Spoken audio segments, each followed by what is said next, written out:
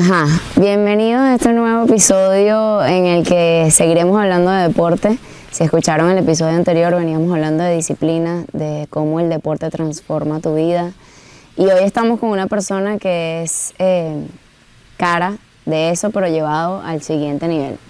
Hoy estamos con Goyito Estredo, 9 veces campeón mundial del mundo en windsurf, criado y nacido en esta isla de Margarita, aquí mismo en el Yaque. Gracias por estar hoy aquí, bienvenido. Gracias a ti por la invitación. Estamos en vivo, no pasa nada. Gracias a ti por la invitación y bastante contento por esta oportunidad. Casi 4 años también siendo atleta cuadro, no lo puedo creer cómo pasa el tiempo. Pasaron los años volando, pero bastante contento por llevar esta marca. De verdad que cada vez que me visto de cuadro me siento genial, cuando voy al agua, en todos los momentos. La verdad que disfruto mucho de la ropa. Qué bonito, qué bueno. Mira, Goyo, vamos a poner en contexto aquí a la gente de cuál es la disciplina que haces, tu trayectoria y cómo nació todo. Okay. Goyo es campeón mundial 9 veces de windsurf freestyle, ¿correcto? Correcto. Cuéntanos para los que no sabemos exactamente de todas estas disciplinas y de las diferencias, ¿cuál es la diferencia entre un kite, windsurf, wingfoil, IQ? Cuéntanos. Okay. Bueno, el windsurf es como una de las primeras disciplinas que se vieron aquí en el Yaque, de deportes de agua. Luego está el kite, que la tabla es un poco más pequeña, y el foil, la tabla está entre el medio de las dos, que es bastante difícil porque la tabla es bastante pequeña, te tienes que montar encima de ella, lleva mucho trabajo. Pero si haces windsurf y haces kite, el wingfoil se te hace mucho más fácil. Puedes iniciarte bastante rápido, no sé, en una semana quizás ya puedes estar navegando en wingfoil, pues tienes una combinación de los dos deportes, entre el windsurf y el kitesurf, y creo que pues los avances pueden ser un poco más rápidos. En el windsurf te lleva más tiempo porque empiezas con una tabla muy grande y una vela muy pequeña, y entre va pasando el tiempo y tú vas agarrando nivel, se te va cambiando la tabla y la vela, se te va poniendo una tabla más pequeña y una vela un poco más grande, que en el sentido de que la vela más pequeña tiene menos fuerza y la tabla más grande te da más, flotas más en el agua.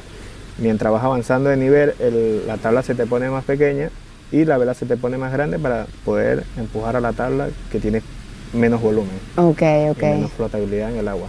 ¿Tú te acuerdas la primera vez que te montaste en una tabla? Sí, no sé si me acuerdo la primera vez, pero sí me acuerdo mis primeros pasos en el windsurf, que fue junto a mi hermano.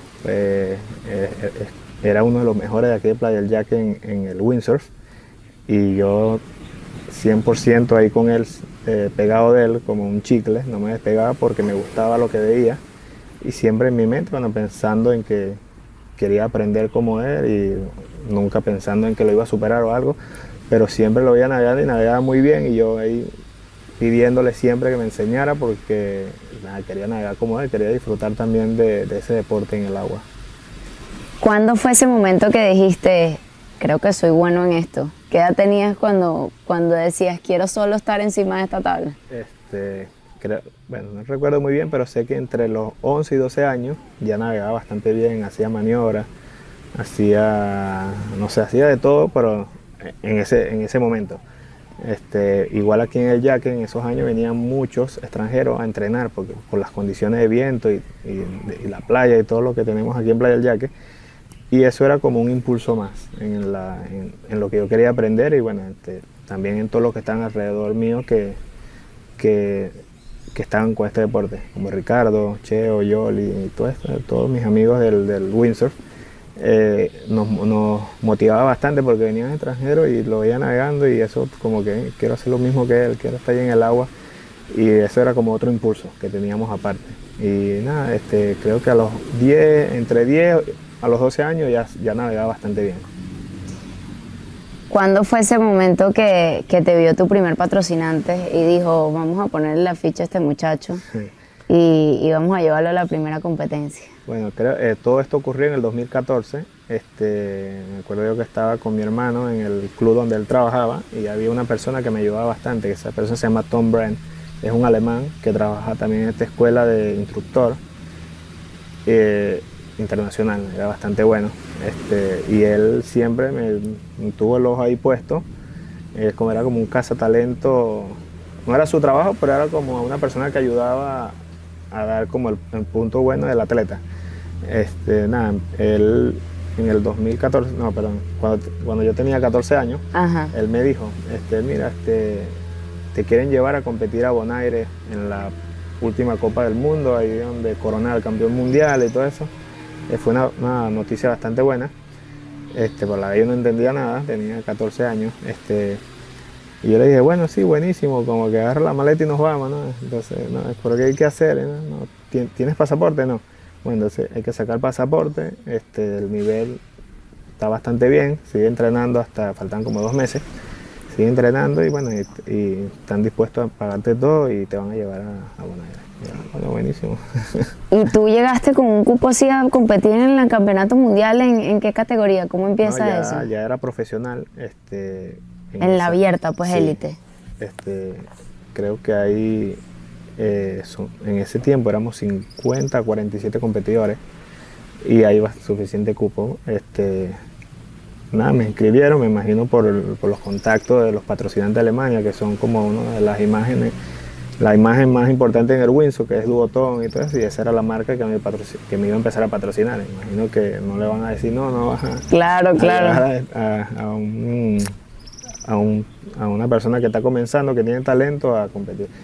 Nada, me inscribí, me inscribieron, fui a competir, y me acuerdo, fui a competir a Bonaire y hice un buen papel en la competencia, quedé de 26, que era casi la mitad de la flota que estábamos compitiendo, y ellos quedaron súper contentos porque incluso eliminé a competidores que eran bastante buenos de la élite mundial del Windsor. Y nada, bueno, yo también quedé bastante contento y motivado, con ganas de entrenar y estar ahí entre los... O sea, yo cuando vi la premiación y vi eso, era increíble. Y nada, eso me motivó mucho y dije, yo quiero estar ahí también montado en ese podio con los mejores del mundo. Y regresé y seguí con el Windsor entrenando el doble de lo que entrenaba. Pasaba 4 horas en el agua. Y el año siguiente, que fuese casi ese mismo año, porque esa competencia fue en diciembre, en julio comienza el Tour Mundial. Ok.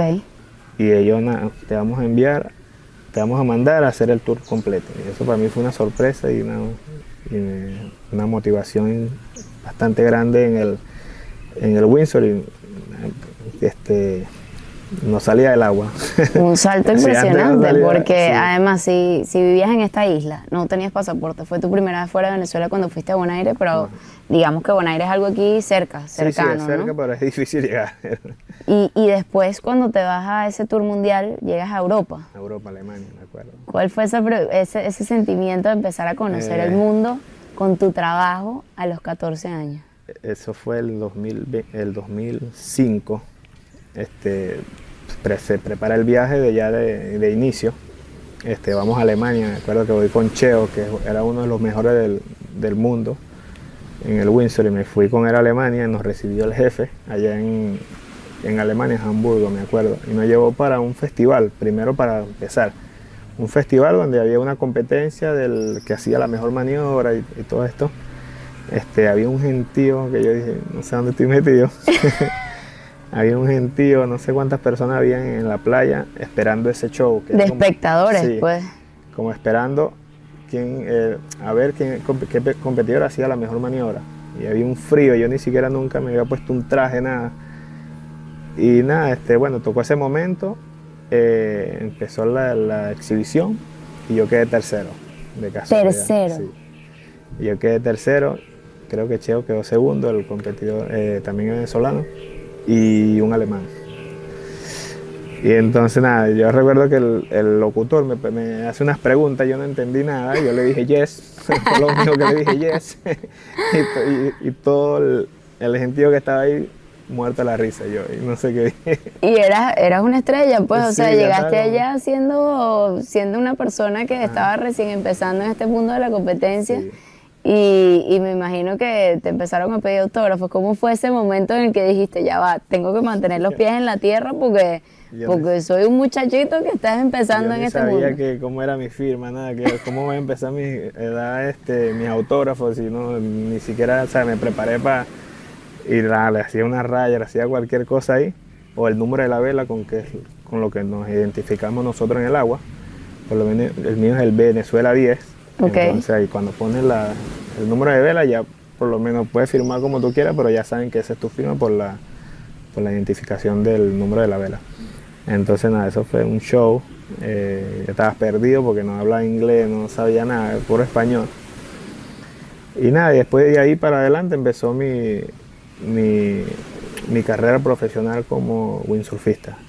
Después ahí, en ese mismo viaje fuimos a Italia, fuimos a España, a Austria, me acuerdo que fuimos a un poco de países, a Polonia, a competir y a hacer exhibiciones, que era como lo que más se veían en ese momento. Los festivales de Windsor eran una locura, en Holanda, pero bastante, aprendí mucho. Y el año siguiente me puse aprendí inglés porque dije, no, este año me defiendo, no voy a ir otra vez a decir yes ahí Claro. o cualquier cosa que me pregunte, no sé qué voy a responder, y nada, me puse con el inglés y ese año aprendí bastante. Volviste después de esa temporada, bueno, perfecto, como los tiempos de viento aquí que son de enero a junio. De enero a junio te daba para entrenar perfecto en casa, para después volver a otra gira, ¿no? Sí, es como en esos tiempos como que se dividía los climas, ¿no? Como aquí en Venezuela de enero a junio, allá es invierno. Entonces allá la temporada empieza en julio, como que ya empieza el verano hasta noviembre. Y la temporada de viento, y eso es cuando allá es invierno, entonces ellos quieren venir donde está el calor. Y donde está el viento y donde pueden entrenar y todo eso. Perfecto, tiempos perfectos. Sí. ¿Cómo se sintió cuando volviste al yaque después de toda esa tensión, esas experiencias que me imagino que llegaste a contarlo y a vivirlo, a revivirlo de vuelta a casa? ¿Cómo se une esa comunidad con tu entrenamiento, tu hermano que fue tu primer coach, tu primer entrenador? ¿Cómo se vive esa transición para entender que, bueno, ahora esta es mi vida, voy a estar en el mundo? Eso fue en el 2005. Nada, yo por supuesto estaba contento, toda mi familia súper contenta, mi mamá, mi hermano más que todo, porque vio como yo lo superé a él. Todo súper contento, pero yo siempre tenía en la mente que tenía que seguir enfocado en estar navegando y no pensar en todas esas cosas, porque el windsurf tiene un proceso muy corto o muy largo. O sea, eres muy bueno y puedes durar muchos años compitiendo, o eres muy bueno y se te acaba la carrera antes de los 30, que le pasaron a muchos competidores de otros países que competían conmigo. Entonces mi mente era enfocado a estar en el agua. O sea, mi vida tiene que ser en el agua. Si quiero estar ahí muchos años, tengo que entrenar y estar ahí 4 o 3 horas al día, aprovechar el viento, aprovechar lo que pudiera. Y nada, nunca me enfoqué en lo otro, como que estaba creciendo, o estaba llegando a otro nivel, o me estaba convirtiendo en una estrella en el windsurf, o nada de eso se me pasaba por la mente. Lo mío era estar en el agua, ni comía, creo, me costaba almorzar. Apenas me levantaba, iba al colegio y lo que quería era escaparme para ir. O sea, sentía que se movían las palmeras y eso, hay viento. Nosotros en el colegio hay viento. Yo me acuerdo que yo navegaba con un amiguito en ese tiempo. Éramos súper, teníamos como 8 o 9 años y lo que veían, hay viento. Y en la hora del recreo, uno de los clubes donde nos prestaban los equipos quedaba al lado del colegio. Y apenas salíamos, nos mandábamos a correr para allá, si sea media hora, 40 minutos, pero navegábamos un ratico, no importa, la hora del recreo la perdíamos, no compartíamos con los otros, pero nos íbamos al agua. Momentos como ese viví, pero siempre enfocado en que yo tenía que seguir evolucionando en este deporte. Incluso llegué a inventar mis propias maniobras. Después, no sé, inventé como 15 maniobras, vamos a suponer, más o menos por ahí, o quizás un poquito más. Nada, era como, no sé, como un Messi en el fútbol, como un Cristiano Ronaldo en ese momento. Yo inventaba mi propia maniobra y eso fue lo que me hicieron ganar títulos seguidos. Quizás 3 años sin perder una competencia. Perdía un año y decía, me faltó algo. ¿Qué pasó? Me bajé un poquito, no sé qué, otra vez entrenaba. El año siguiente ganaba Y ahí siempre me trataba de superar a mí mismo en el sentido de competencia y no estar pendiente de lo... Pues llegará un momento donde yo podré disfrutar todo lo que he ganado, pero quiero que mi vida en el windsurf sea, siempre pensar hasta los 40, que es más o menos hasta donde puedes llegar a los 40, 42 años a nivel profesional. Eso que decías de la disciplina, de enfocarte, creo que es lo que más se repite entre atletas de alto rendimiento y de que no se te suba a la cabeza, porque entonces dices, ok, tienes tu primer objetivo. Tu primer objetivo me imagino que era ser campeón mundial. Cuando cumples ese primer objetivo, ¿qué te lleva a decir, ya va, esto no es suficiente? O sea, me quedan muchos campeonatos y además con ese miedo de que puede ser muy corta la carrera, ¿cómo llegar a ese momento de decir, mi disciplina y mi enfoque tiene que estar en dar lo máximo de mí y año tras año ver cómo puedo superarme y seguir ganando títulos? ¿Cómo esa ambición de seguir ganando títulos, cómo lograbas mantenerla? Bueno, ese año, eso fue en el 2006, bueno, yo en el 2005 quedé tercero, entre el tercero y cuarto del mundo, quedamos empatados con los mismos puntos, pero quedamos ahí empatados, pues eso fue eso fue algo bastante grande porque quedé entre los 3 primeros del mundo. Pero en el 2006 empieza el Tour Mundial en España y yo gano esa competencia.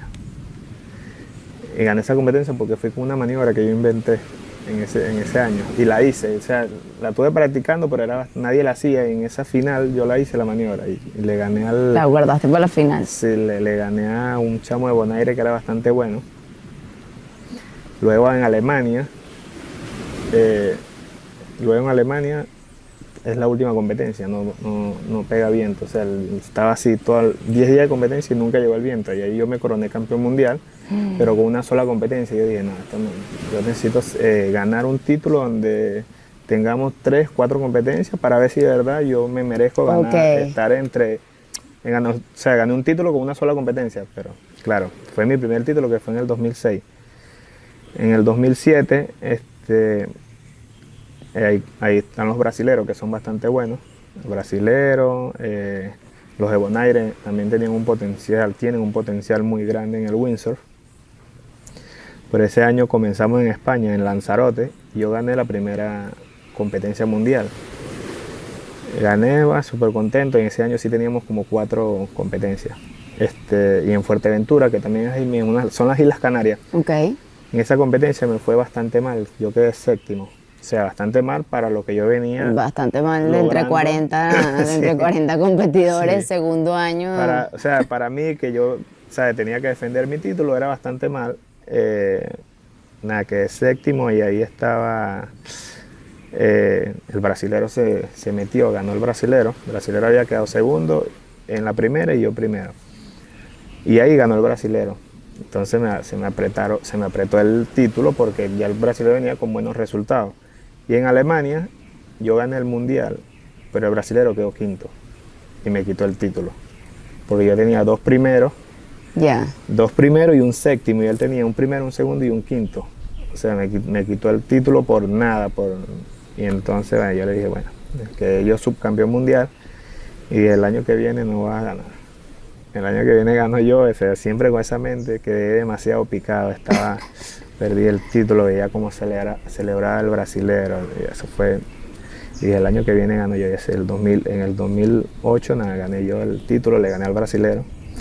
En el 2009 también le volví a ganar al brasilero y el brasilero se retiró. Pues o sea, yo no lo dejé ganar ni una competencia y se retiró, y pues nada, quedaron los de Bonaire que son bastante fuertes, y toda mi competencia casi, todos los años que gané el título fue casi batallando con los de Bonaire porque eran los más fuertes en el windsurf en ese tiempo.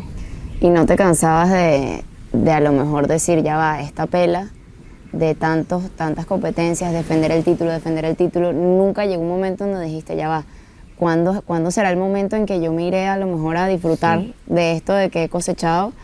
Eso no ha llegado todavía porque... No, yo no. Pero sí, claro, llegó el momento donde yo empecé a perder también, porque por supuesto llegan chamitos como llegué yo cuando tenía 14, que eso también es otra etapa que tú tienes que entender en la vida del deportista, que llega tu momento donde ya puedes ganar, pero no vas a ganar como antes, porque no tienes la misma habilidad, no eres un chamo Claro. de 17, 18 años. Sobre todo en esa disciplina que tienes Bueno. que hacer unas cosas locas. O sea, no es como un corredor, por ejemplo, que mientras más maduros los pulmones, más Exacto. rinden, sino que tienes que hacer unas maniobras complicadas, ¿no? Y después empezaron a llegar las lesiones también, tobillo doblado, clavícula rota, muñeca rota, entonces, muchas cosas que ya vienen juntándose, allá donde tú empiezas también a agarrar un poco de miedo y empiezas, no, ya yo no tengo la misma edad que tenía cuando 15 años, que yo hacía la maniobra y caía en la orilla de la playa, todo tranquilo, ya eso después eso se me fue quitando, ya era menos loco en el agua. Un día casi le caí encima a uno de mis mejores amigos entrenando, porque saltábamos juntos los dos y tratábamos de hacer la misma maniobra, pero lo más como en las motos y todo eso. Pero un día casi le caí encima con el equipo y ahí se me bajó más esa adrenalina, ¿sabes? Ya. Y fue, ¿sabes? Van pasando los años y te vas dando cuenta que ya esos inventos ya cuando tienes 25, 26, ya no es lo mismo, tenías 15 que te podías romper una mano, allá el hueso se recuperaba rápido y ya otra vez. Rapidito. Y nada, entonces fue ya en las etapas tú la vas conociendo y vas viendo que en algún momento tienes que soltar, ya no vas a ser el mismo. Y es lo que me ha venido pasando a mí, yo por eso he venido practicando otras disciplinas que me han ayudado bastante, como el IQ Foil, que es el deporte olímpico, que ahí no tienes riesgo, puede haber un accidente, pero no estás haciendo maniobra y estás como más concentrado en lo que estás haciendo, porque estás con 100 competidores en el agua, haciendo quién es el más inteligente, quién hace la virada más rápido, por donde te metes tú, quién busca el mejor viento. Es más inteligente este tipo de... Más madurez, sí, ¿no? es otra etapa del deporte. Y la probé y me gustó por esta manera de competir, que no tiene nada que ver con el freestyle. En el freestyle te lo dice, estilo libre, tú haces todo lo que tú quieras y no tiene... Todas las loqueras que quieras. Exacto. Y esto te pone como más maduro y aprendes otra etapa del deporte. El deporte olímpico tiene que estar preparado al 100% y cuidado y no más para poder llegar a las Olimpiadas, lograr otra etapa en la vida, que es ganarte una medalla olímpica, que no es fácil. Tienes que estar preparado al 100%. Entonces eso me llevó a mí a pensar en otras cosas. Ya. Y me imagino que tú como deportista, como buscar ese próximo objetivo es igual de emocionante porque además lo ves desde otra óptica y sobre todo desde que eres papá también. Coincide hace 5 años que te convertiste en papá y que junto a tu familia, junto a Pía, ahora son una familia de 4. Se regresaron a vivir a Venezuela hace 3 años, ¿correcto? Sí. ¿Qué se sintió ese momento en el que dijiste voy a devolverle a mi isla todo lo que aprendí y bueno, aquí estamos en tu escuela? Cuando yo comencé el ciclo olímpico, esto de que quería ir a unas olimpiadas, de que quería probar, yo no me podía quedar aquí entrenando solo.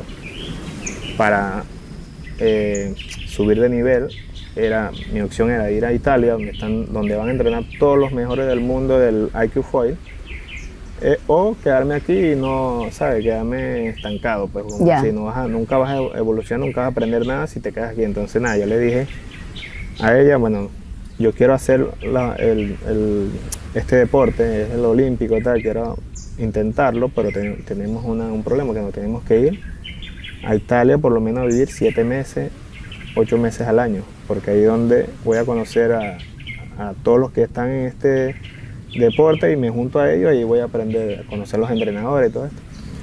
Y ella nada, emocionada dijo, sí, vamos. Teníamos a Tiago, Tiago tenía casi 2 años. Y nos fuimos y nos instalamos allá. En ese momento, gracias a Dios, conocí a una persona que me conocía y yo era como su fan. Y él alquilaba apartamentos. Y ese lugar donde entrenan, donde van todos, es un lugar súper caro.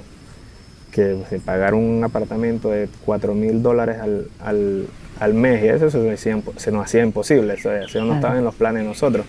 Y con esta persona me echó una mano y me dio un apartamento súper barato, pero súper barato, que yo le contaba a mis amigos y decía, no, es imposible que tú estás pagando. Entonces, claro, gracias a esta persona logré tener ese apartamento por 3 años. Con el precio que me lo alquilaba era perfecto. Y ahí fue donde nos mudamos y nos quedamos 7 meses al año en Italia. Y una cosa lleva a la otra. Me imagino que tu experiencia dentro de la competencia de windsurf freestyle, conociste una cantidad de gente súper importante que bueno, que como te sucedió esto, cómo la vida te lleva a, ok, esto es una señal que tengo que echarle pichón en este deporte, porque pongamos un poco en contexto este tema olímpico. La disciplina del IQ tiene solo unas Olimpiadas, ¿correcto? Sí, solamente una vez. Solamente. La disciplina. La disciplina es una sola, sí. Pero es nueva en la parte olímpica, ¿no? Es nueva, tiene 4 años tiene. Desde que pasaron las últimas Olimpiadas, 4 años, un poquito más no tiene. Y para ti es la primera vez que puedas representar a Venezuela olímpicamente. Me imagino que en lo que viste esa oportunidad y estableciste un nuevo reto en tu vida de esta nueva disciplina, ¿cómo se siente ahora eso que ahora representas? No te representas a ti, sino representas a tu país en esto. Yo no, esa vez me frustré tanto porque fui a los Panamericanos en Chile, ¿verdad? Y había un solo cupo olímpico para Sudamérica y un cupo olímpico para Norteamérica. Y yo hasta el último día estaba ganando el cupo olímpico. Yo estaba en la competencia posicionado de cuarto, pero le estaba ganando al brasilero y al argentino, que eran los que estaban peleando el cupo olímpico hasta el último día, por solo una virada. Una virada es una vuelta en el IQ Foil, solo por virar mal 20 metros perdí el cupo olímpico, solo por una decisión mía en el agua. Solo por eso perdí el cupo olímpico, pero, que era la regata decisiva que se llama la Medal Race, que es la donde te entregas el cupo olímpico, donde entregas la medalla, solo por 20 metros donde viré, perdí el cupo olímpico. Y así es la vida, así es todo en muchos deportes, como en cualquier último segundo, como tienes que mantener esa fortaleza mental, esa estrategia, esa constancia.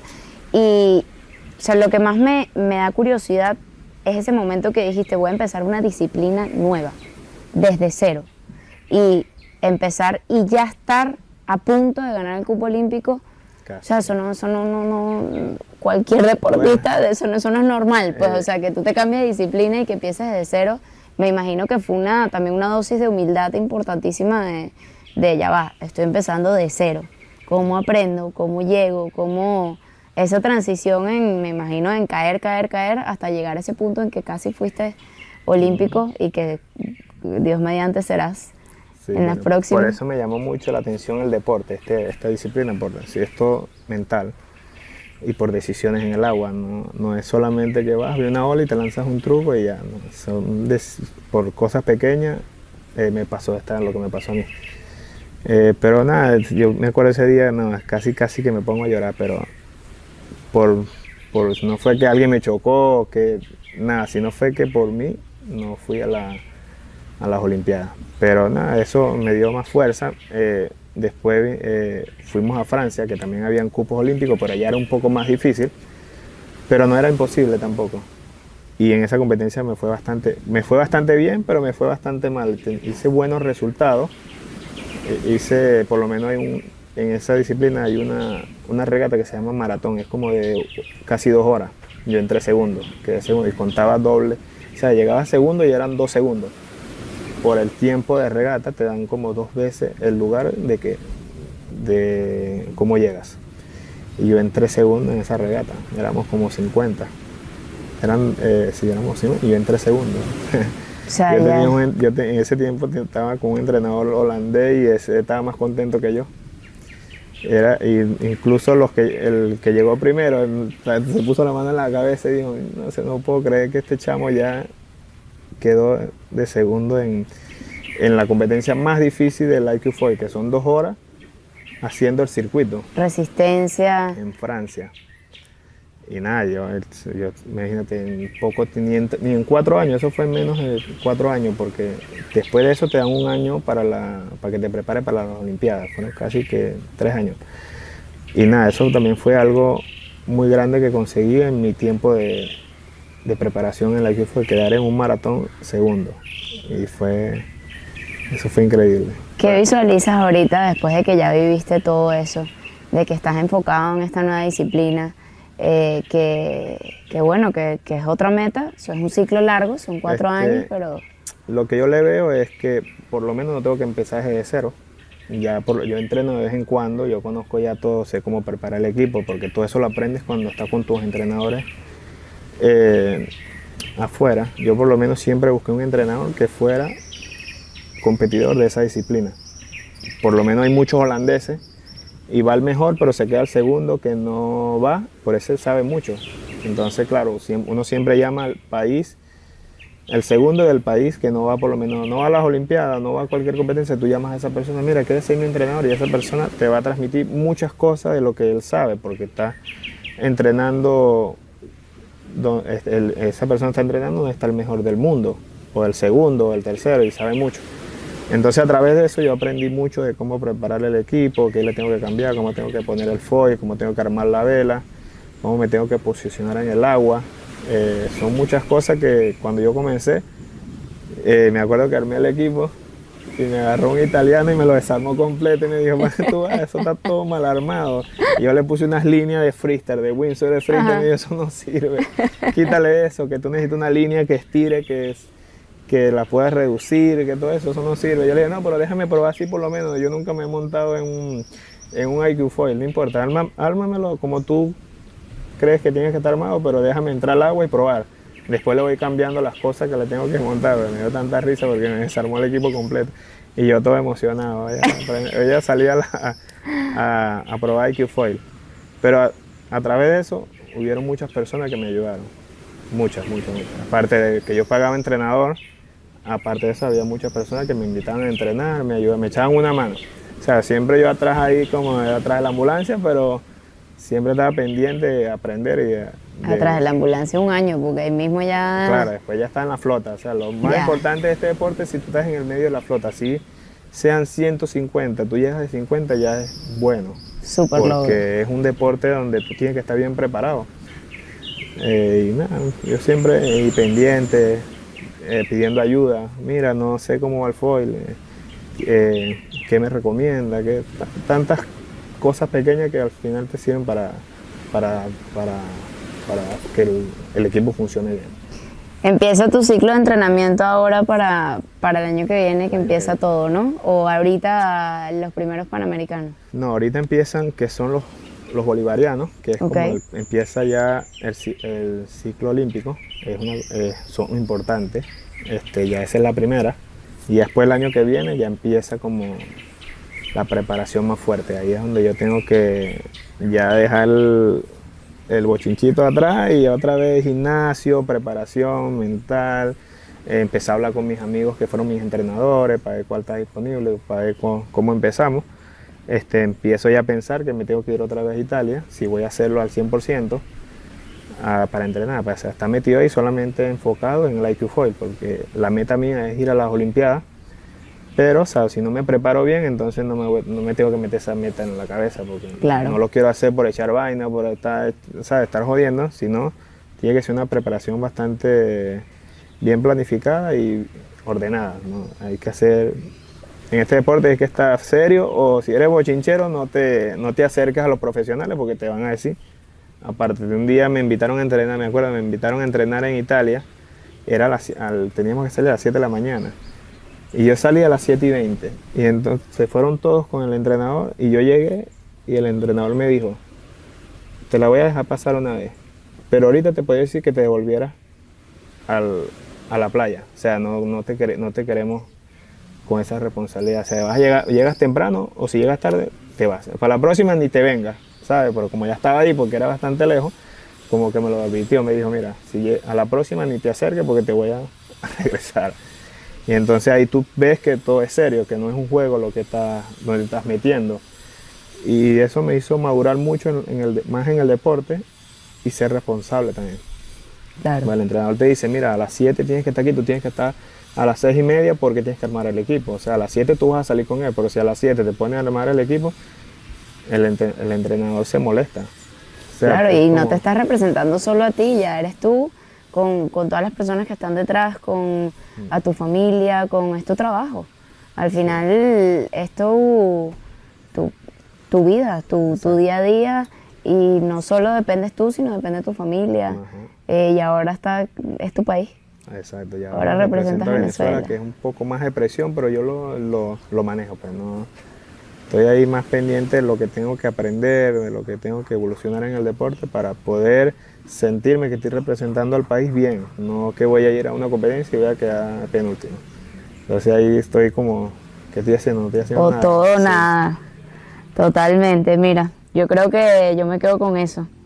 La disciplina y la pasión no se enseñan, ¿no? Se viven y lo has vivido tras cada uno de estos pasos, cada una de esas experiencias y de los caminos que has transitado desde hace ya más de 10 años en el mundo de alta competencia. Sí. Gracias por compartir tu historia con nosotros, por inspirar desde la sencillez, desde la humildad, desde demostrar que volver a empezar en un deporte no importa cuánto tiempo tienes, sino que además te diste cuenta que es humildad para reconocer que necesitas esa mente, esa disciplina y ese enfoque para ir tras tu próximo objetivo, que vamos a estar ahí todos contigo, sin duda. Aunque cambies el deporte, la esencia tuya, de atleta, sigue siendo Goyito Estredo, el Yaque, Margarita. Sí. Aquí estamos desde su casa, desde su escuela. Y bueno, ya saben que si quieren aprender también junto a todas esas, ¿enseñan todas las disciplinas aquí? Sí, claro. Todas. Kai, windsurf, incluso también enseñamos el deporte olímpico, sí, o sea, mostramos para que vean cómo funciona también. El windfoil también, que es como la disciplina ahorita que está evolucionando el deporte. Y nada, todo, kayak, paddle, lo que quieran hacer. Esto es una belleza, esto aquí, o sea, yo siento una paz Sí, aquí es súper tranquilo. espectacular. Gracias, Goyito, De nada, por estar aquí. Gracias a ti por la invitación. Gracias por estar aquí, nos vemos en un próximo episodio, nos vemos.